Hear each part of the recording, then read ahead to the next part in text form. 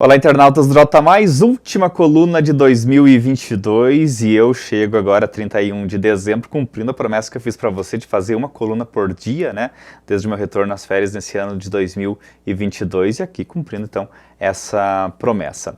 A coluna de hoje, então, é especial no sentido que a gente vai fazer uma espécie de perspectiva do que fica desse ano de 2022 na política local e o que a gente pode esperar do ano que vem. A gente teve aí mudança nas presidências das câmaras de vereadores, Canoinhas tem uma nova prefeita, a primeira prefeita eleita da história da cidade, a Juliana Maciel, já começou, mas vai realmente, né, ter os grandes desafios nesse ano que começa agora amanhã.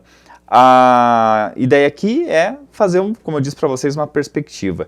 E não tem como a gente fazer uma perspectiva da política sem falar em corrupção, infelizmente, porque esse ano foi dominado, né? O noticiário político foi dominado pela corrupção. O noticiário político se confundiu por várias vezes com a polícia, porque foi o ano em que Beto Passos e Renato Pique foram presos na 7ª fase da Operação Et Pater Filium. Teve muitas outras pessoas que foram presas, teve muita gente solta, ao ponto de que a gente chega ao final desse ano apenas com o Renato Pique e o Orildo Severnini presos de fato, entre todos os presos nas 9 fases da Operação Et Pater Filium, né? A questão que a gente tem que deixar muito bem pontuada aqui é de que, até agora, apenas o núcleo Major Vieira teve alguma condenação. O Orildo Severnini, nesse caso, e o Mano, o filho dele, foram os que pegaram as condenações mais pesadas. Mesmo assim, o Mano conseguiu habeas corpus. E o Orildo Severnini conseguiu um habeas corpus, mas segue preso porque ele tem várias condenações, são mais de 200 anos de condenação. Mas pode ser que amanhã depois ele seja solto também. Muita gente ficou indignada com as outras liberdades, né? Beto Passos, o Diogo Seidel, todos os outros envolvidos, com exceção do Renato Pique, que foram soltos ao longo desse ano de 2022. Porém, nenhum desses personagens tem condenação, eles são réus, mas ainda não foram condenados, e serão muito possivelmente condenados nesse ano de 2023. E aí, muitos que foram soltos podem voltar para a cadeia. Porém, existe a questão de muitos deles terem feito colaboração premiada, o que reduz muito a pena deles. Já vão entrar na cadeia com uma pena muito reduzida e as chances de ficarem lá também por muito tempo são mínimas. Vão ficar por pouco tempo, muito possivelmente, se ficarem. Enfim, a legislação brasileira que permite esse tipo de situação. O colaborador premiado tem muitas regalias e não vai ser diferente nesse caso, mesmo com réus confessos, como é o caso do Beto Passos, do Diogo Seidel, né, dos empresários do transporte coletivo Santa Cruz, de várias outras pessoas envolvidas na Et Pater Filium. Então a gente vai ver as condenações nesse ano de 2023 e novos desdobramentos, porque o que mais se fala é isso, que a operação não terminou, que tem muitos outros desdobramentos para virem aí pela frente e a gente vai acompanhar, obviamente, ao longo de 2023 toda essa movimentação. Teve também a Operação Mensageiro, que foi desencadeada agora em novembro, que manteve o Renato Pique na cadeia, senão ele também já estaria solto. Isso é bem importante de se dizer. A Operação Mensageiro, que apura outro escândalo, que é a questão dos contratos com empresas de coleta de lixo e também de iluminação pública, é que fez com que o Renato Pique ficasse preso. E também prendeu o prefeito de Papanduva, o Luiz Henrique Saliba. A questão que essa Mensageiro também está muito no início e vem muita coisa pela frente. Inclusive, ela superou aqui o Planalto Norte e pegou várias outras cidades de outras regiões do estado. CPI dos livros, teve as apurações feitas aqui na Câmara de Vereadores de Canoinhas, que também terão desdobramentos esse ano de 2023, porque as apurações feitas aqui, elas envolvem outras cidades. Foi descoberto que tem outras cidades envolvidas. Em Chapecó já foi a X-Challenger, acho que esse é o nome da empresa, ou X-Challenger, o nome da empresa, que é uma editora que foi, inclusive, impedida de contratar lá com Chapecó. Quer dizer, já é outro rolo a partir das mesmas situações. Fraude na licitação para favorecer determinada editora.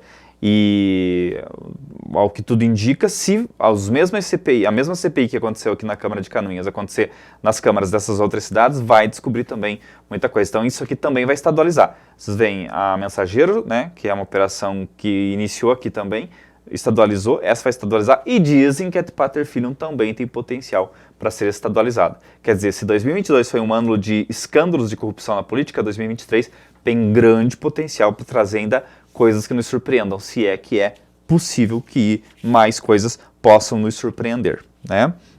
A gente também teve, nesse ano de 2023, como eu falei, perdão, nesse ano de 2022, como eu falei no início, muitas trocas, né, de poder. Você vê que aqui em Canoinhas, por exemplo, a Tatiane Carvalho na Câmara de Vereadores, com quem eu conversei semana passada, e a Juliana Maciel na Prefeitura, marcam a tomada do poder por aqueles que criticaram muito a corrupção do governo Beto Passos. Então, essa mudança de chave vai trazer muitas coisas diferentes para a cidade de Canoinhas e a gente vai acompanhar, claro, tudo isso ao longo de 2023, mas o simples fato de que a gente tem agora as duas pessoas mais poderosas na política canoinhense, ou seja, quem comanda o Legislativo e quem comanda o Executivo, sendo duas mulheres que fizeram oposição ao governo passado e que têm agora a caneta, né, o poder, a gente vai ver muita coisa diferente. E muito possivelmente o poder político na cidade de Canoinhas e as novas lideranças políticas que nascem com essa alteração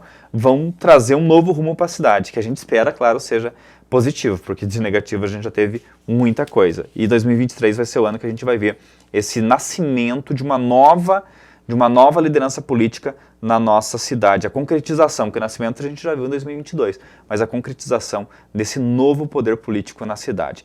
As cidades da região todas também trocaram de presidência nas câmaras de vereadores, com alterações não tão significativas, né? Bela Vista meio que o mesmo grupo continua dominando, Major Vieira também, e Três Barras também o mesmo grupo continua dominando. E é um ano também onde toda a classe política começa a se preparar, porque 2024 é ano de eleição, então todo mundo começa, né, a articular aqui, articular lá, principalmente esses que estão vencendo presidências de Câmara de Vereadores, para buscar, né, um papel de protagonismo na eleição de 2024. É o ano para se estabelecer todas essas forças, porque 2024 começa daí já com as campanhas praticamente nas ruas, né? Lembrando também que a gente troca de governo do Estado, o Jorginho Melo vem com a filosofia muito interessante, que muitos achavam que ele ia ser bolsonarista radical, porque foi eleito com base no bolsonarismo, mas ele vem com uma filosofia mais técnica, mais de trabalhar realmente pelo que necessita, mas sem olhar para a ideologia, o que me parece que é bastante salutar, bastante interessante. A ver o que a gente vai ter desse governo. Já na esfera nacional, Lula assume com muitos pensamentos que ele acha que vão dar certo, mas que remetem a 2002, quando ele assumiu pela primeira vez.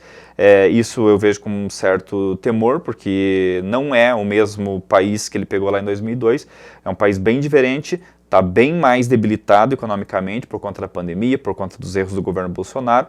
Então o que ele vai pegar aí é diferente daquilo que ele pegou lá em 2002, mas parece que ele quer repetir a mesma fórmula que ele aplicou lá em 2002 para resolver os problemas do país em 2023 e não é o caminho, pelo que eu entendo. Mas essas análises a gente deixa para os grandes analistas da política nacional, dos grandes jornais, dos grandes veículos de comunicação que acompanham mais de perto essa situação.